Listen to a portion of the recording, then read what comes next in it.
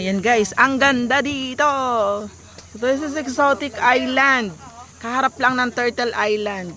Ayan, dito kami kakain for our island hopping. Dito sa San Vicente, Palawan. Ayan guys. So, nadalhin natin gamit natin. May pagkain kasi ito. Oo. Oh, you go ahead. Exotic Island. And we will stay for 1 hour. Oh, medyo matagal. Dito ang lunch. We will have lunch, sir.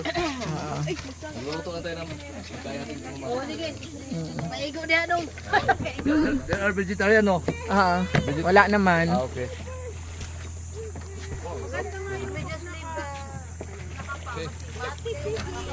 Ganda guys. Ang ganda dito. Oo, di ba? Mababaw.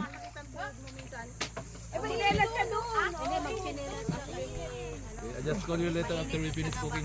Okay. Tapos dyan lang tayo sa gilid-gilid. O, Sa mga kubo mo, maganda. oo, mag-ano tayo. Tambay sa mga maganda dyan. Ay, hindi mahigpit ano.